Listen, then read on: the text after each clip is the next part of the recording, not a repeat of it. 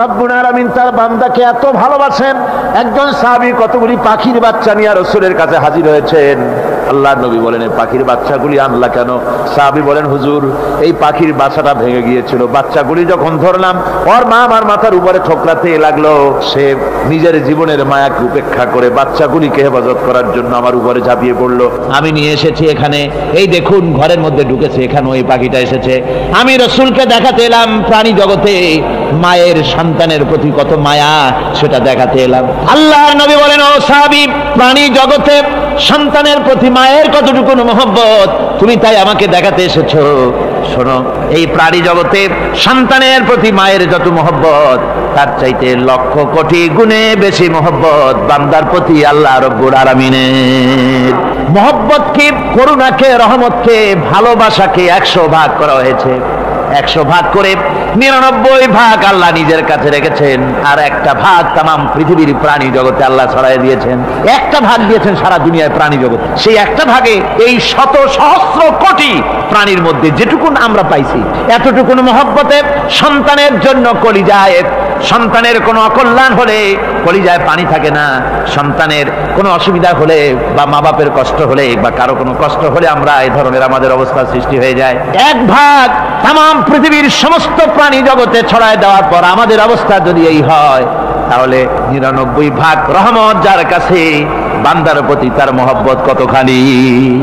সাহাবায়ে কেরামদের সঙ্গে রোমকদের লড়াই হতেছে, রোমক সৈন্যরা যুদ্ধে জিততে পারতেছে না কিছুতেই। এরপরে তারা গোয়েন্দা বিভাগের লোক পাঠায় দিল, এদের সঙ্গে জিততে পারি না কেন, একটু খুঁজে দেখে আসো রাত্রে এরা করেটা কি। গোয়েন্দা বিভাগের লোক সারা রাত ঘুরে ঘুরে তারপরে সে রিপোর্ট করলো। এরপরে সে তাদের প্রধানের কাছে রিপোর্ট করলো, আমরা যে যার কাছে গিয়েছিলাম দেখে এলাম, হুম হুম বিল্লাইলি রাহবানুন ওয়া বিন্নাহারি ফুরসানুন, আমরা দেখে এলাম যাদেরকে দিনের বেলায় প্রচন্ড শক্তিশালী বীর যোদ্ধা রূপে যাকে যুদ্ধ করতে দেখেছি ময়দানে, রাতের বেলায় দেখলাম গিয়া একেবারে নিতান্ত ফকিরের মতো, কেউ তো সেজদায় পড়ে কাঁদতেছে, কেউ আবার তেলাওয়াত করতেছে, চোখ দিয়া পানি পড়তেছে, আবার কেউ নামাজ পড়তেছে, আবার কেউ হাত তুলে রেখেছে তাদের প্রভুর দরবারে, চোখের পানিতে তাদের চোখ বুক ভেসে যেতেছে। সারাটা রাত তেলাওয়াত আর সেজদা আর নামাজের মধ্যে তারা এভাবে কাটিয়ে দিয়েছে। সেনাপতি এই রিপোর্ট শোনার পরে বললেন, ও গোয়েন্দা বিভাগের লোকেরা, আমার রোমক সৈন্যরা শোনো, যে জাতির নৈতিক মান এত উচ্চে, ওই জাতির সঙ্গে যুদ্ধ করা মানে আমাদের আত্মহত্যা করার শামিল। এদের সাথে কিছুতেই আমাদের পক্ষে পারা সম্ভব না। হ্যাঁ, এদের সাথে পারা যাবে যদি এই সম্পর্ক নষ্ট করে দেওয়া যায়। আল্লাহর সাথে তাদের এই গভীর সম্পর্ক যেটা আছে, এই সম্পর্ক নষ্ট করে দিতে হবে, তাহলেই কেবলমাত্র সম্ভব হবে। এদের নৈতিক চরিত্র ধ্বংস করার জন্য প্রচেষ্টা চালাও, তাহলে হয়তো আমরা কামিয়াব হতে পারবো। আমার বন্ধুগণ, এই জন্য গভীর রাত্রে যারা ইমানদার ব্যক্তি, তাদের জন্য গভীর রাত্রে জাগার একটা ব্যবস্থা আল্লাহ পাক বলেছেন। ইমানদার ব্যক্তিদের জন্য এটা হলো 2 নম্বরের বৈশিষ্ট্য। ওয়াল্লাযীনা ইয়াকুলুনা রাব্বানা সরিফ আন্না আযাবা জাহান্নাম ইন্না আযাবাহা কানা গরামা। রহমানের বান্দার, খাঁটি বান্দার 3 নম্বরের বৈশিষ্ট্য হচ্ছে তারা আল্লাহ রব্বুল আলামিনের দরবারে হাত তুলে ফরিয়াদ জানায়, আল্লাহর কাছে মোনাজাত করে, আল্লাহ রব্বুল আলামিনকে বলে, আয় আল্লাহ, হে আমার প্রভু, আয় আমার রব, জাহান্নামের আগুন থেকে দয়া করে আমারে বাঁচাও। জোরে বলেন আমিন, জোরে বলেন আমিন। জাহান্নামের বর্ণনা আমরা এই মাহফিলে করেছি, করি নাই? মনে আছে? দারুণ কঠিন জায়গা, অত্যন্ত কঠিন জায়গা, মারাত্মক জায়গা জাহান্নাম। ওই জাহান্নামের জন্য আল্লাহর কাছে কাঁদতে হবে, মাপ চাইতে হবে জাহান্নাম থেকে। মুমিন ব্যক্তির 3 নম্বরের বৈশিষ্ট্যই তাই। সে বলবে, রব্বানা সরিফ আন্না আযাবা জাহান্নাম ইন্না আযাবাহা কানা গরামা। আয় আল্লাহ, তোমার জাহান্নামের শাস্তি থেকে তোমার কাছে মাপ চাই। আল্লাহ পাক বলেন, এই জাহান্নামের শাস্তি বড়ই প্রাণান্তকার হবে। ইন্নাহা সাআত মুস্তাকাররাও ওয়া মুকামা। জাহান্নাম হচ্ছে অবস্থানের জন্য অত্যন্ত নিকৃষ্ট, খুবই খারাপ জায়গা এই জাহান্নাম। কিন্তু মুসলমানদের অবস্থাটা ভিন্ন। মুসলমানেরা নেক আমল করে, ইবাদত বন্দি করে, তা সত্ত্বেও তার কলিজা কাঁপতে থাকে। সুবহানাল্লাহ, তার কলিজা কাঁপতে থাকে যে আমি যে ইবাদত করছি এই ইবাদত আল্লাহর দরবারে মঞ্জুর হচ্ছে কিনা। এই জন্য তার মন কাঁদতে থাকে। সে আমলের উপর নির্ভর করে থাকে না, সে আল্লাহর দয়ার উপরে নির্ভর করে। কিসের উপরে নির্ভর করে? আল্লাহর দয়া, আল্লাহর রহমতের উপরে নির্ভর করে। আর সে আল্লাহর কাছে কাঁদতে থাকে, রব্বুল আলামিন তুমি দয়া করে মেহেরবানি করে আমার হিসাব নিও না, আমার হিসাব করে যদি বেহেশতে দাও তাহলে তো বেহেশতে যাইতে পারবো না। কিয়ামতের দিন আল্লাহ রাব্বুল আলামিন কোন মানুষকে যদি হিসাবের জন্য ধরে ফেলেন তাহলে ওই বান্দার আর জাহান্নাম ছাড়া কোনো পথ নাই। এই জন্য আল্লাহ শিখায় দিয়েছেন, বান্দা দোয়া কর, ওয়া আদখিলনাল জান্নাতা বিগাইরি হিসাব, আয় আল্লাহ বিনা হিসাবে তোমার জান্নাত আমাকে দান করো। আবার হুজুর দোয়া করেছেন, আল্লাহুম্মা হাসিবনি হিসাবান ইয়াসীরা, আয় আল্লাহ তুমি আমার সহজ হিসাব নাও। পড়েন, আল্লাহুম্মা হাসিবনি হিসাবান ইয়াসীরা, হিসাবে ইয়াসির, সহজ হিসাব, আয় আল্লাহ তুমি আমার সহজ হিসাব নাও। এই হাদিসের ব্যাখ্যা এসেছে সহজ হিসাব কি? ব্যাখ্যা এসেছে সহজ হিসাবটা হচ্ছে আল্লাহ রাব্বুল আলামিন কিয়ামতের ময়দানে তার কোন বান্দাকে যদি রহমত করতে চান, কোন বান্দার প্রতি যদি দয়া করতে চান, কাউকে যদি ক্ষমা করতে চান, তাহলে আল্লাহ রাব্বুল আলামিন তাকে একটা পর্দার আড়ালে ডেকে নেবেন। একটি পর্দার আড়ালে ডেকে নিয়ে আল্লাহ পাক জিজ্ঞেস করবেন, বান্দা তুই কি এই গুনাহগুলি করেছিলি নাকি, এইটা এই সব গুনাহ করেছিস নাকি? আল্লাহ জিজ্ঞেস করবেন বান্দাকে, অবস্থাটা কেমন হবে চিন্তা করেন, বান্দা এইগুলি করেছিস নাকি? বান্দা ভয়তে থরথর করে কাঁপতে থাকবে, কলিজা ভয়তে কাঁপতে থাকবে, অস্থির হয়ে যাবে। সে স্বীকার করবে, রব্বুল আলামিন তুমি যা বলেছো আমি সব অন্যায় আমার দ্বারা হয়েছে, আমি বুঝতে পারি নাই, আমাকে মাফ করে দাও। রব্বুল আলামিন বান্দাকে বলবেন, যা বান্দা আমি তোকে মাফ করে দিলাম, আমার জান্নাতে চলে যা। সুবহানাল্লাহ সুবহানাল্লাহ।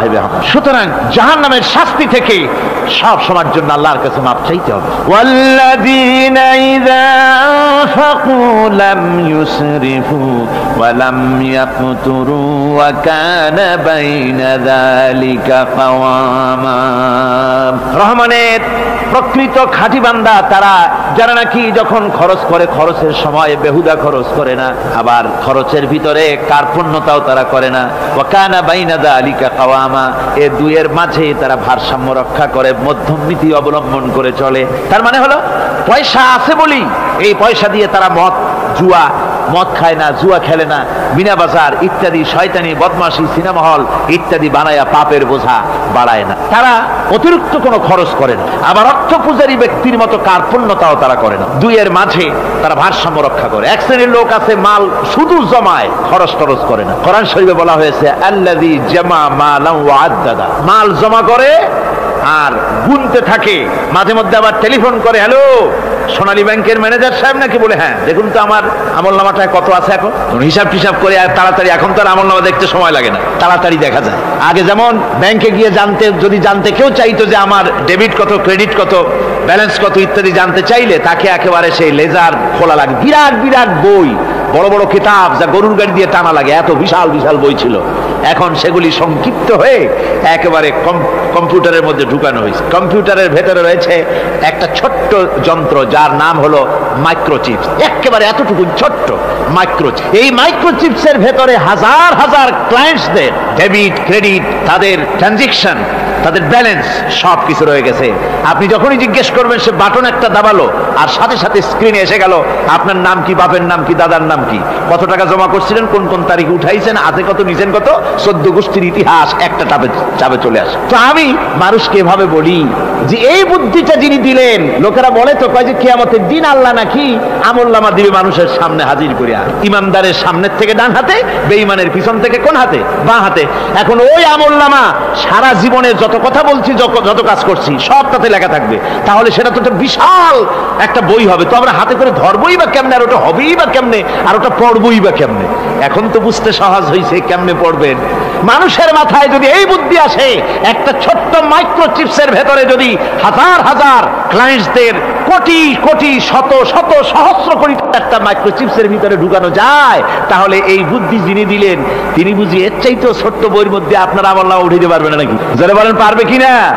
নিশ্চয়ই পারবেন, 1000 বার পারবেন বন্ধুগণ। সুতরাং এরা মাল জমা করে আর গনে, জিজ্ঞেস করে ম্যানেজার সাহেব কত হয়েছে, বলে যে এত লক্ষ এত। তখন আবার চিন্তা হয় যে আরো কত টাকা জমাইতে পারলে কোটি হয়, তারপরে আরো 200 কোটি হয়। এভাবে তারা জমাইতে থাকে, খরচ করে না। তো এ ব্যাপারে সন্তানের জন্য, সন্তানদের জন্য খরচ যেটা লাগে সেটা স্ত্রী পুত্র সন্তান আত্মীয় স্বজন যে আছে যা তাদের জন্য যে পরিমাণ খরচ করা লাগে তা যদি না করে তাহলে এটা হচ্ছে বখিলি। আর খরচ করতে গিয়ে যদি বেশি করে তাহলে সেটা হচ্ছে বেহুদা খরচ। এখন এই বেহুদা খরচ থেকে আমাদেরকে বাঁচতে বলা হয়েছে। বিষয়টা হচ্ছে নিজের আত্মীয় স্বজন সন্তান সন্ততির জন্য খরচ করতে হবে যা লাগে তাই। আর আল্লাহর রাস্তায় যখন দেওয়ার কথা আসে তখন প্রাণ খুলে দান করতে হবে। দেখেন লোকেরা যখন আল্লাহর রাস্তায় দান করতে বলা হয় পকেটের মধ্যে হাত দিয়ে তারপর আঙ্গুল অনেক সময় কষাকষি করে।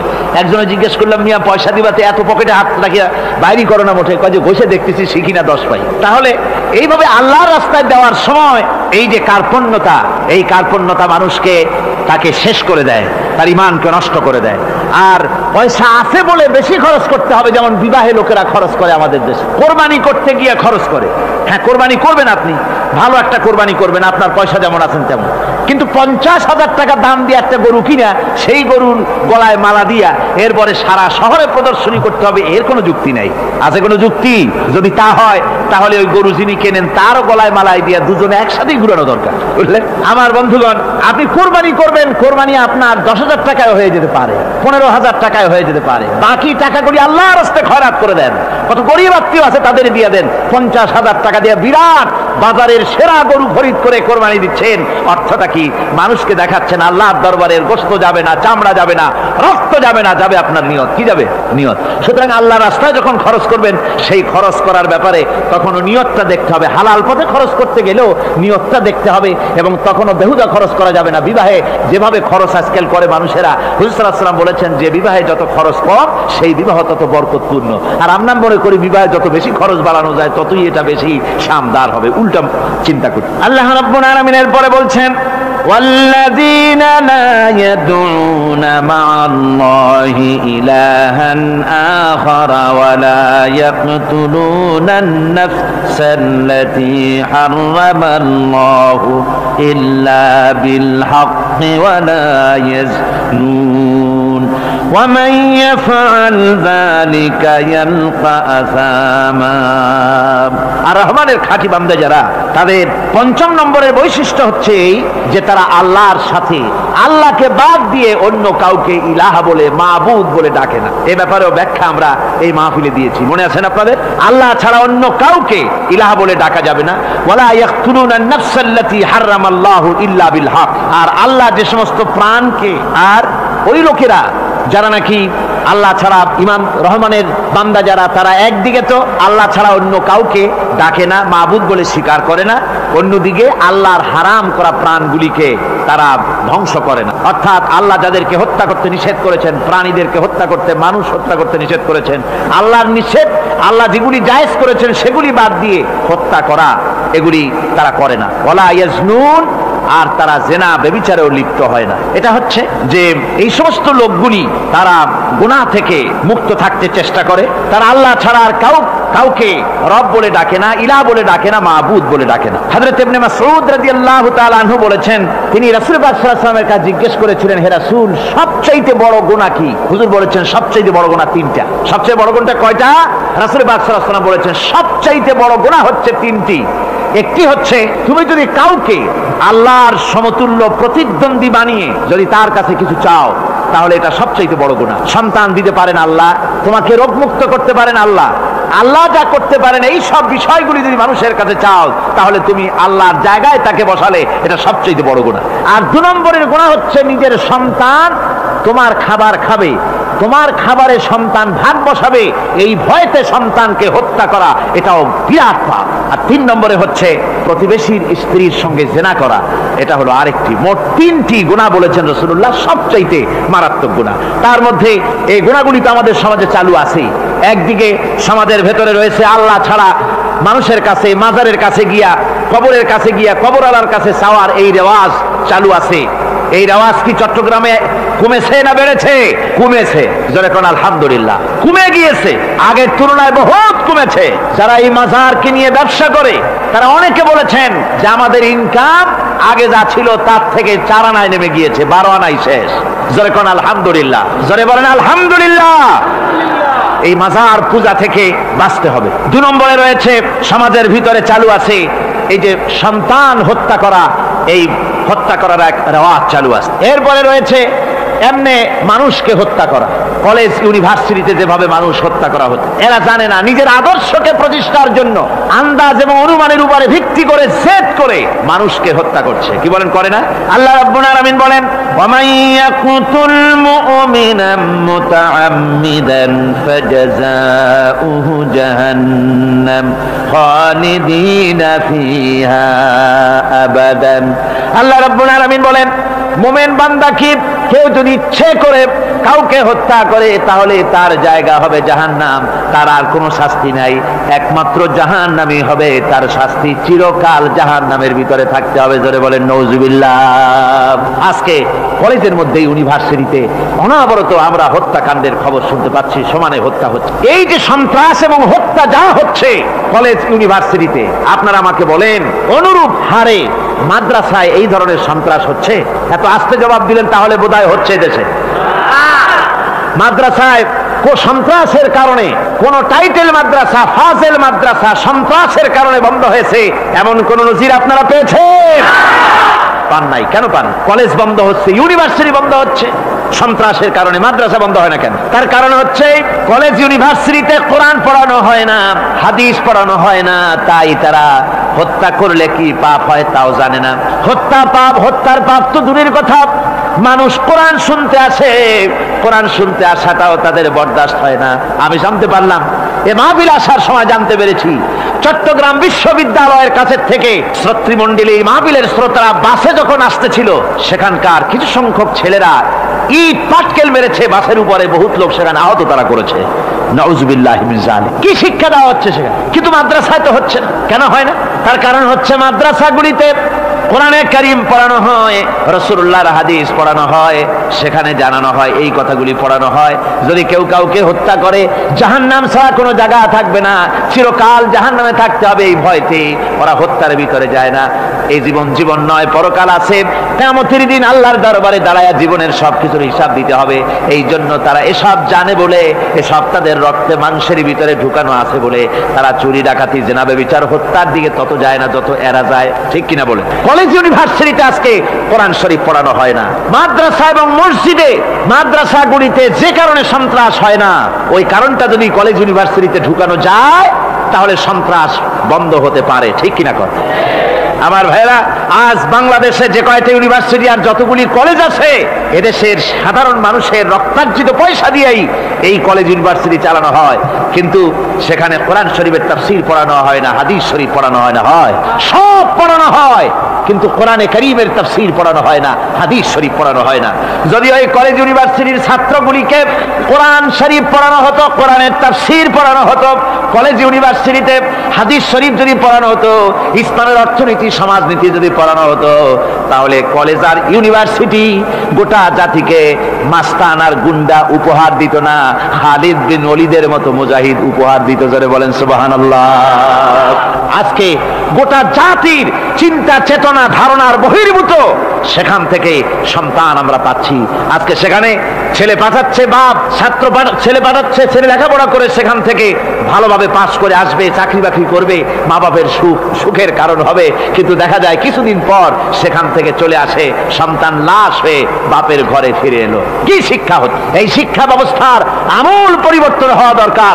আপনারা অবাক হবেন, শিক্ষা ব্যবস্থার পরিবর্তন হওয়া দূরের কথা, কোরআন হাদিস কলেজ ইউনিভার্সিটিতে পড়ানো তো দূরের কথা, নামাজের জন্য কোনো তাগিদ নাই। কোন কলেজে কোন ইউনিভার্সিটিতে এরকমের তাগিদ আছে যে যারা মুসলমান ছাত্র জোহরের আযান হয়ে যাবে সব ছাত্র শিক্ষককে বাই হুক এন্ড ক্রুক মসজিদে যেতে হবে, 5 ওয়াক্ত নামাজ বা জামাত আদায় করতে হবে, এমন হুকুম আছে? আছে। এরপরেও ছেলেরা যে যতটুকু ভালো আছে, ও তো বাস ভাঙছে ইউনিভার্সিটির সামনে পাইয়া, ওরা লাঠি ঝাঙ্গা নিয়ে যে দূর আসে না, এই তো কপাল। কথা বুঝতে পেরেছেন? ওদের তো কিছু শিখানো হয় না, কিচ্ছু, অর্থাৎ চরিত্র সৃষ্টি তাদের করানো হয় না। নামাজের তাগিদ নাই, রোজার তাগিদ নাই, ও যেন একটা আলাদা জগৎ। যুবতী মেয়ে, যুবতী ছেলে, যুবক ছেলে পড়াশোনা করে কো এডুকেশন, সহশিক্ষায়, একসাথে যুবক পুরুষ আর যুবতী মহিলা একসাথে ওঠা বসা করছে, একসাথে পিকনিক করতে কোথায় হারায় যাচ্ছে, কি করতেছে না করতেছে দেখারও কেউ নাই। জোরে কর নাউজুবিল্লাহ। আজ তাই এক কথায় ইউনিভার্সিটিকে এদেশের একজন কবি বলেছিলেন ডাকাতদের গ্রাম। এখন শুধু ডাকাত না, মানে ডাকাতদের একেবারে আড্ডাখানা হয়ে গিয়েছে, অস্ত্রবাজির আড্ডাখানা হয়ে গিয়েছে। তাদের চরিত্র নষ্ট করার জন্য, ইসলামের থেকে তাদের মনকে ফিরিয়ে দেওয়ার জন্য বইপত্রের অভাব নাই, কোরআন হাদিসের অভাব আছে সেখানে, কিন্তু তাদের মন মগজ ইসলাম থেকে যেন ফিরে যায় এজন্য তাদেরকে বইপত্র দেওয়া হয়। যেমন সেই যুগের নাম করা কবি ছিল ইমরাউল কায়েস, খুব নাম করা কবি ছিল। তার কবিতার বই সাবায়ে মুআল্লাকা আজও পর্যন্ত মাদ্রাসা শিক্ষার, উচ্চ শিক্ষায় এবং ইউনিভার্সিটি শিক্ষায়, সেখানে আধুনিক শিক্ষার, উচ্চ শিক্ষায় সেখানে এ বই এখনো পড়ানো হয়। এই বইটির লেখক অর্থাৎ নাম করা কবির ছিল অনেকগুলি শত্রু। একদিন তার প্রাণের শত্রু তাকে ঘিরে ফেলেছে মরুভূমির ভেতরে, বলছে, তারা দুজন ছিল সংখ্যায়, বলল যে তোমাকে আমরা হত্যা করব। ইমরাউল কায়েস যখন দেখলো যে এদের হাত থেকে বাঁচার কোনো পথ নাই, তখন সে বলল, দেখো তোমরা তো আমাকে মারবে, কিন্তু একটা কথা আমি তোমাদেরকে বলি, আমাকে মারার পরে আমার দুটো মেয়ে আছে, মেয়ে দুটিকে একটি খবর পৌঁছে দেবে। কি খবর? বলে আমাকে মারার পর আমার বাড়ি গিয়ে মেয়ে দুটিকে গিয়ে বলবে, ইয়া বানাতি ইমরাউল কায়েস ইন্না আবাকুমা। বাস এই কথাটুকুন বলে দেবে। তো যারা হত্যা করবে তারা চিন্তা করলো যে এই কথার দ্বারা তো আমরা হত্যা করেছি, তা তো প্রমাণিত হবে না, সুতরাং মারতে অসুবিধাটা কি? তারা মেরে ফেললো। মারার পরে মরুভূমির ভিতরে তাকে গেড়ে দিয়ে এরপরে এই দুইজন লোক ওয়াদা পালন করার জন্য ইমরাউল কায়েসের বাড়ি গেছে। বাড়ি গিয়ে বলছে মেয়ে দুটোকে ডেকে যে, হে মেয়েরা, তোমাদের পিতার সঙ্গে মরুভূমিতে আমাদের দেখা হলো, তারপরে তোমার পিতা আমাকে তোমাদেরকে একটা কথা বলতে বলেছেন, সেটা হলো এই, ইয়া বানাতি ইমরাউল কায়েস ইন্না আবাকুমা। শোনা মাত্রই মেয়ে দুটি চিৎকার করে কেঁদে উঠেছে। তাদের চিৎকার শুনে আশেপাশের লোকেরা এসে জিজ্ঞেস করলো, তোমরা কাঁদছো কেন? কয় যে এই দুটি লোক আমার পিতাকে হত্যা করেছে। কয় কি করে বুঝলে? কয় এই যে এদের কাছে আমার আব্বা একটা খবর পাঠাইছেন, খবরটা হলো ইয়া বানাতি ইমরাউল কায়েস ইন্না আবাকুমা। ওরা বলছে এতে ওরা হত্যা করেছে, তা কি করে বোঝা গেল? এর অর্থ তো হচ্ছে যে হে ইমরাউল কায়েসের মেয়েরা, নিশ্চয়ই তোমার পিতা, তো নিশ্চয়ই তোমার পিতা কি খায় না ঘুমায় না বিদেশে গেছে, কি করে বোঝা গেল যে সে নিহত হয়েছে? মেয়ে দুটি বলছে, দেখো আমার পিতা যে কবিতার পংক্তি বলেছেন এর দ্বিতীয় লাইন আমরা জানি কি হবে, ইয়া বানাতি ইমরাউল কায়েস ইন্না আবাকুমা, এর দ্বিতীয় লাইন হবে কাদ কুতিলা ওয়া কাতিলুহু লাদাকুমা। এর দ্বিতীয় লাইন হবে নিশ্চয়ই তোমার পিতা নিহত আর হত্যাকারীরা দুজনই তোমাদের সম্মুখে উপস্থিত। এখন আপনারা চিন্তা করেন যে মহিলারা পর্যন্ত সেই যুগে কতখানি বুদ্ধিমতী, কতখানি তারা বুৎপত্তি সম্পন্না ছিল সেই যুগের মহিলারা পর্যন্ত, পুরুষ তো দূরের কথা।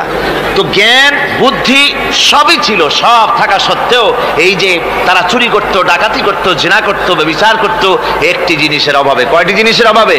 সেই জিনিসটা হচ্ছে ওদের কাছে ওহির জ্ঞান ছিল না। ওহির জ্ঞান না থাকার কারণে ওদের এই চরম দুরবস্থা হয়েছিল। আর রাসূল পাক সাল্লাল্লাহু আলাইহি ওয়াসাল্লাম ওহির জ্ঞান দিয়ে ওই জাতিকে গোটা পৃথিবীর মধ্যে শ্রেষ্ঠ জাতিতে পরিণত করে দিয়েছিলেন।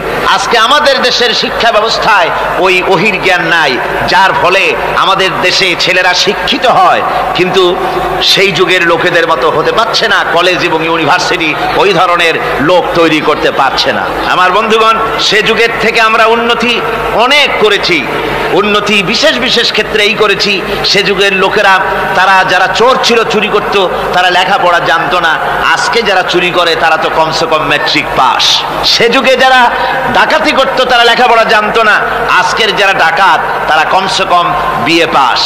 আগের যুগে, সেই যুগে যারা নাকি মানুষ হত্যা করত তারা লেখাপড়া জানতো না, আর আজকে যারা মানুষ হত্যা করে তারা রীতিমতো শিক্ষা গ্রহণ করে কোথায় কেমনে আঘাত দিলে তাড়াতাড়ি মরে এটা জেনে শুনে ট্রেনিং নিয়ে তারপরে মানুষকে হত্যা করে।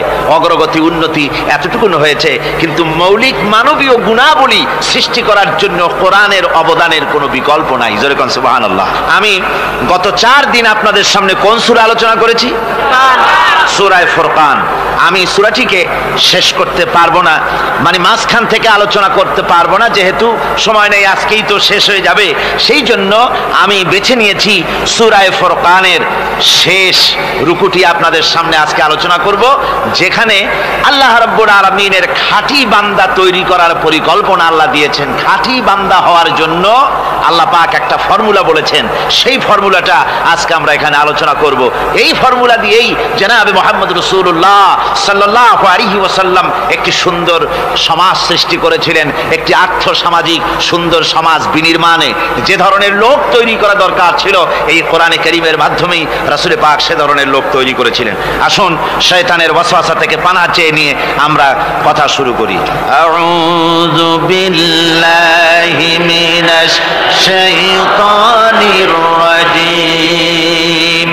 বিসমিল্লাহির রাহমানির রাহিম। মুফিজুর রহমান সাহেব আমাকে খবর দিলেন, ওনার কাছে খবর এসেছে যে মানুষ ভিড়ে এবং চাপে শ্বাসরুদ্ধ হয়ে মরে যাওয়ার উপক্রম হয়ে যাচ্ছে বিভিন্ন জায়গায়। তা আমি আপনাদেরকে অনুরোধ করব, যিনি যেখানে আছেন সামনের দিকে বাড়ার কোনো চেষ্টা করবেন না। রাস্তায় থাকেন, ড্রেনের পাশে থাকেন, গাছের উপরে থাকেন, ছাদের উপরে থাকেন, যেখানে থাকেন সেখানে বসে পড়েন। রাস্তা তো ট্রাফিক বন্ধ করে দেওয়া হয়েছে, গাড়ি ঘোড়া এসব রাস্তায়, এ মাহফিলের চারদিকের সমস্ত রাস্তার গাড়ি ঘোড়া বন্ধ করে দেওয়া হয়েছে। ফলে আপনারা রাস্তার উপরে বসে পড়েন, দাঁড়িয়ে থাকবেন না। দাঁড়াতে গেলেই মানুষের চাপে হেলাদোলা করবেন, পড়ে যাবেন, হাত পা ভেঙে যাওয়ার প্রাণান্তকার দশা হওয়ার সম্ভাবনা হবে। সুতরাং আমি সকলকে অনুরোধ করছি, মেহেরবানি করে কোরআনের সম্মানে, এ মাহফিলের সম্মানে আপনারা যার যার জায়গায় বসে পড়েন। কেউ দাঁড়িয়ে থাকবেন না, আর মোটেই চাপাচাপি করবেন না, কেউ কথা বলবেন না, আর দাঁড়াবেনও না। শয়তানের ওয়াসওয়াসা থেকে পানাহ চেয়ে পরম করুণাময় আল্লাহ রাব্বুল আলামিনের নামে শুরু করছি। তাবারাকাল্লাযী জাআলা ফিস সামাই বুরুজাও ওয়া জাআলা ফিহা সিরাজাও ওয়া কামারাম মুনীরা ওয়া হুয়াল্লাযী জাআলাল লাইলা ওয়ান নাহারা খিলফাতান লিমান আরাদা আন ইয়াযাক্কার أراد أن يذكر أو أراد شكورا صدق الله العظيم। অতীব বরকতশালী সেই মহান সত্তা, যিনি আকাশ সমূহকে বুর্জ সমূহ দিয়ে যিনি সংস্থাপন করেছেন, বুর্জ স্থাপন করেছেন এবং তাতে একটি প্রদীপ স্থাপন করেছেন, আর আলোকমণ্ডিত এক উজ্জ্বল চাঁদ স্থাপন করেছেন। আর তিনি রাত এবং দিনকে পরস্পরের স্থলাভিষিক্ত বানিয়েছেন। লিমান আরাদা আন ইয়াযাক্কারা আও আরাদা শুকুরা, তাদের জন্য যারা এর থেকে উপদেশ অর্জন করতে চায়, জ্ঞান লাভ করতে চায় এবং শুকর আদায় করতে চায়। শুকর আদায়কারীর জন্য, জ্ঞান অন্বেষণকারীদের জন্য আল্লাহ পাক এগুলি করেছেন। এখানে বুর্জ শব্দের অর্থ হচ্ছে প্রাসাদ বা সুদৃঢ় স্থাপত্য। প্রাচীন খগোল বিজ্ঞানে বুর্জ বলা হতো সেই 12টি কক্ষপথকে। কোন মুফাসসির এই বুর্জকে বলেছেন গ্রহকে বুর্জ হিসাবে তারা ব্যাখ্যা করেছেন। আসলে আল্লাহ রাব্বুল আলামিন তিনি মহাশূন্যকে যে কিভাবে সজ্জিত করেছেন, কত সুন্দরভাবে করেছেন, তার ব্যাখ্যা কোরআনে কারীমের বিভিন্ন জায়গায় এসেছে। আল্লাহ পাক বলছেন, ওয়ালাকাদ জাআলনা ফিস সামাই বুরুজাও ওয়া যায়্যানাহা লিন-নাযিরিন। আমি আকাশে বহু সংখ্যক সুদৃঢ় বুর্জ স্থাপন করেছি এবং দর্শকদের জন্য তা অত্যন্ত সুসজ্জিত করে, সুদৃশ্য করে আমি সংস্থাপন করেছি, সুন্দর করে স্থাপিত করেছি। মহাশূন্য, এর মধ্যে আল্লাহ পাক সৃষ্টি করেছেন অগণিত গ্রহ উপগ্রহ।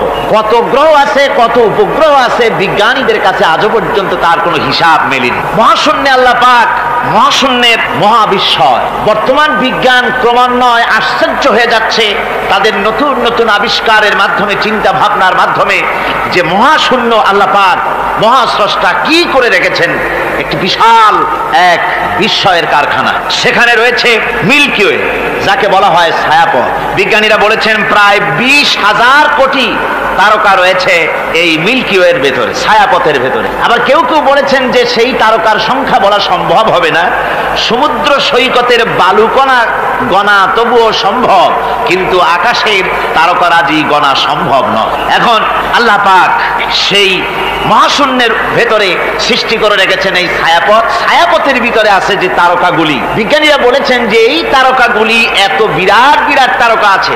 আগে তো ওনারা বলেছিলেন পৃথিবীর চাইতে সূর্যটা হচ্ছে পৃথিবীর চাইতে 13 লক্ষ গুণ বড়। এই বিরাট সূর্য ছিল তাদের কাছে বিস্ময়। এখন তারা বলছেন না, মিল্কি ওয়ের ভিতরে যে সমস্ত তারকার সন্ধান আমরা পেয়েছি, সে সমস্ত তারকা এত বড় বড় বিরাট দানবের মতো যে ওর এক একটা তারকার ভেতরে যে সূর্য পৃথিবীর চাইতে 13 লক্ষ গুণ বড়, এরকম অন্তত 3 কোটি সূর্যকে একটা তারকার মধ্যে ঢুকিয়ে দেওয়া যায়। সুবহানাল্লাহ, কি বিশাল কাণ্ড। এখন এই তারকা, এই গ্রহ এবং উপগ্রহ